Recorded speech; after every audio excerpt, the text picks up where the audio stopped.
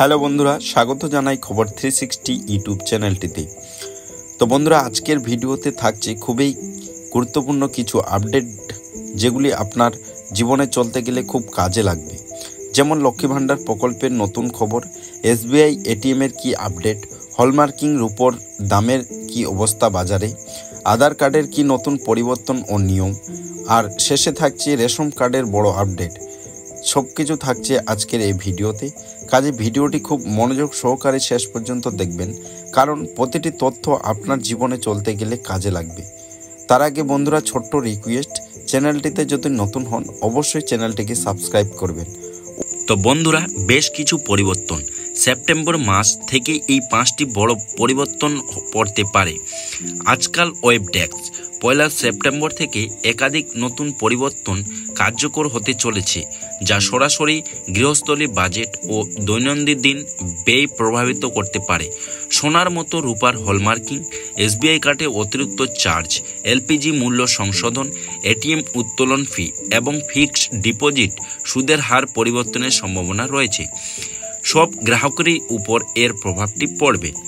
তো বন্ধুরা, সর্বপ্রথমে আলোচনা করব এসবিআই কার্ডের কি পরিবর্তন। 1 সেপ্টেম্বর থেকে স্টেট ব্যাংক অফ ইন্ডিয়ার তরফ থেকে যারা কার্ডধারী আছেন স্টেট ব্যাংক অফ ইন্ডিয়ার, তাদের সত্যের মুখোমুখি হতে হবে।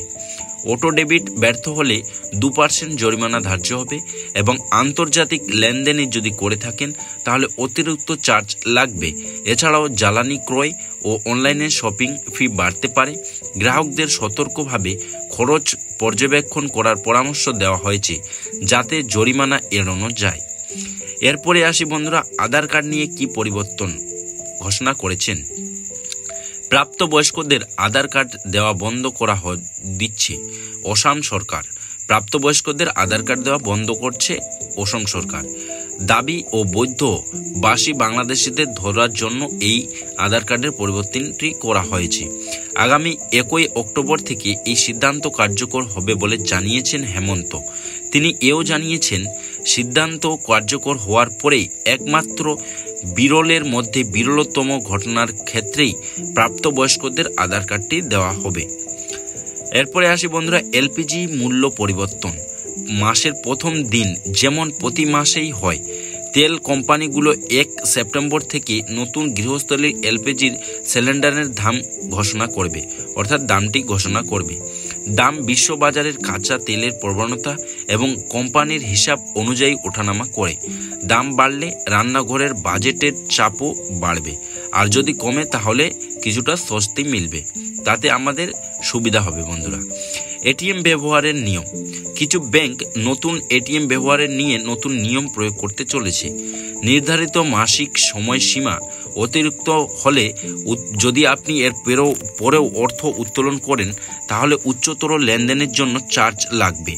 ব্যাংকগুলির ডিজিটাল কার্ড ব্যবহারের উৎসাহ দেওয়ার কারণে বিশেষজ্ঞরা বলেছেন, অপ্রয়োজনীয় যদি এটিএম ইউজ করেন তাহলে চার্জ লাগবে। এর জন্য এটিএম উত্তোলন কমাতে হবে। এরপরে আসি বন্ধুরা, আধার ইস্যুতে বৈধ রেশন গ্রাহক। খাদ্যসাথী কার্ডটি বঞ্চিত হলে ব্যবস্থা। বিজ্ঞপ্তি জারি করলেন জেলা শাসকের, পাঠালেন খাদ্য সচিবকে। কোন কারণে আধার কার্ডও যদি আপনার কাছে না থাকে কোনো কারণে, বা বায়োমেট্রিক যাচাই না হয়, তাহলে আপনি কি রেশন কার্ড পাবেন না? অবশ্যই না বন্ধুরা, রেশন কার্ড আপনাকে দেওয়া হবে।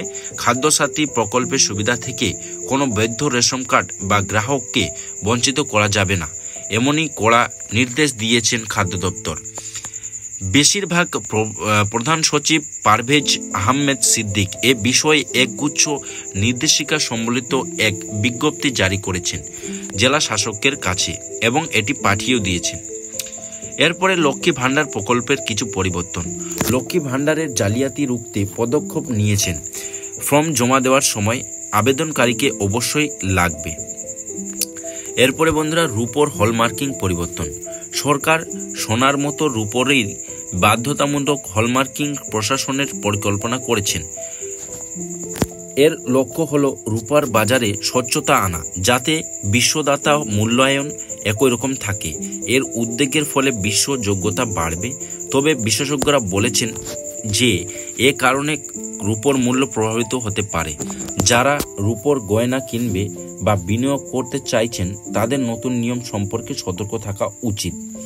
তো বন্ধুরা, আজকের যেই বিষয়গুলি আপনাদের সামনে তুলে ধরলাম, আপনার লাইফে বা জীবনে চলতে গেলে এগুলি খুব গুরুত্বপূর্ণ।